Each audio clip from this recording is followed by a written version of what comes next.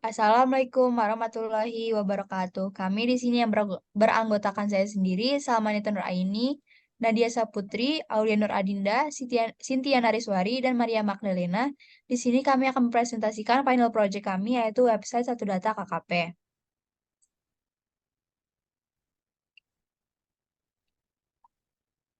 Materi yang akan kita bahas pada kali ini adalah kebutuhan sistem pada website Satu Data KKP, fitur data website Satu Data KKP, dan stakeholder website Satu Data KKP.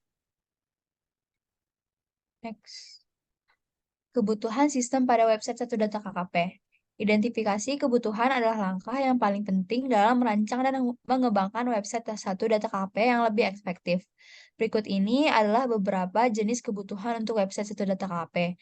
Yang pertama adalah kebutuhan data yang mencakup kelengkapan data, kualitas data, dan format data. Selanjutnya ada kebutuhan aksesibilitas, yaitu user-friendly interface, pencarian efisien, dan dukungan ponsel dan tablet. Selanjutnya ada kebutuhan visualisasi data, yaitu grafik dan diagram dan peta interaktif. Nah, selanjutnya kebutuhan sistem pada website Satu Data KKP itu ada kebutuhan keamanan yang di dalamnya terdapat perlindungan data pribadi dan juga proteksi dari serangan. Kemudian ada kebutuhan keterbukaan yang isinya yaitu data terbuka dan juga API atau Application Programming Interface. Nah, untuk yang selanjutnya yaitu ada kebutuhan keterlibatan pengguna. Di situ ada umpan balik pengguna dan juga pemberitahuan dan berlangganan. Nah, selanjutnya masih ada lagi yaitu kebutuhan sistem pada website Satu Data KKP. Mungkin bisa di next dulu.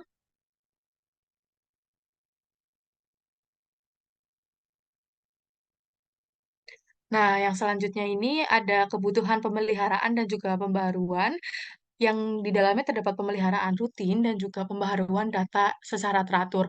Kemudian untuk yang terakhir pada kebutuhan sistem data website Satu Data KKP yaitu ada kebutuhan pelaporan dan juga analisis, di mana di dalamnya terdapat laporan periodik dan juga alat analisis.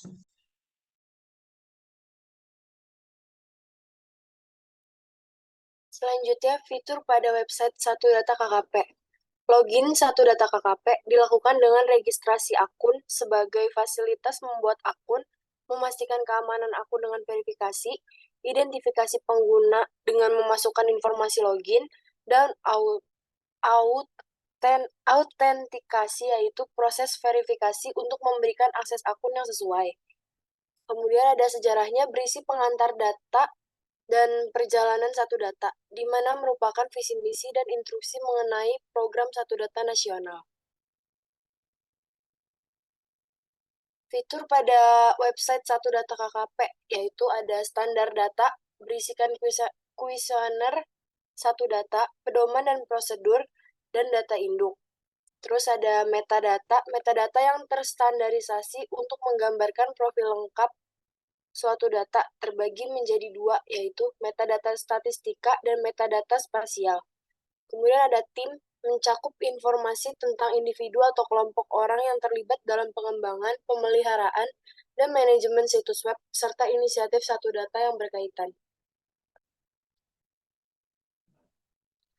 Selanjutnya, pada fitur website Satu Data KKP, ada regulasi, yaitu mencakup informasi dan kebijakan yang berkaitan dengan penggunaan data, privasi, dan aturan-aturan lainnya yang mengatur penggunaan situs web dan data yang disediakan.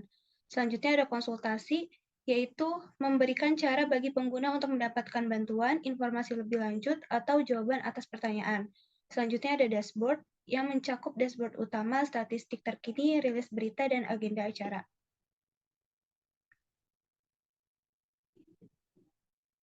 Selanjutnya ada portal data yang mencakup pengorganisiran data, fasilitas pencarian, visualisasi data, mencakup grafik dan diagram, peta interaktif, dan juga infografis. Data terbuka mencakup bantuan pemerintah layanan perizinan pengunduhan data API publik. Selanjutnya ada keterlibatan pengguna yang mencakup umpan balik pengguna dan forum diskusi. Selanjutnya ada publikasi laporan dan dokumen yang mencakup laporan publik, dokumen kebijakan. Selanjutnya ada kebijakan privasi dan ketentuan pengguna yang mencakup informasi hukum, dan yang terakhir ada tautan aplikasi yang mencakup tautan sosial media, langsung, dan juga aplikasi. Selanjutnya ada stakeholder website Satu Data KKP, yaitu proyek pembuatan dan pengelolaan situs web Satu Data KKP, melibatkan berbagai pemangku kepentingan yang memiliki peran dan kepentingan tertentu dalam pengembangan, pemeliharaan, dan penggunaan situs tersebut. Berikut ini merupakan beberapa pemangku kepentingan yang mungkin terlibat. Yang pertama yaitu ada KKP, yang menjadi manajemen data atau kebijakan dan keamanan. Lalu yang kedua ada pengembang dan IT team, yang menjadi pengembangan sistem atau keamanan IT. Lalu yang ketiga ada pengguna akhir, yang bisa menjadi akses data atau umpan balik. Lalu selanjutnya di sini ada juga media dan jurnalis, yang menjadi pemahaman terkini atau pemberitaan dan pengawasan. Lalu di sini juga ada pihak ketiga dan pengembangan aplikasi yang menjadi memanfaatkan alat penangkapan ikan dan kontribusi. Lalu di sini juga ada pemerintah daerah dan pihak terkait yang menjadikan integrasi data dan pemanfaatan informasi. Lalu di sini juga ada pemerintah pusat dan lembaga terkait yang menjadi koordinasi kebijakan dan integrasi dengan sistem lain.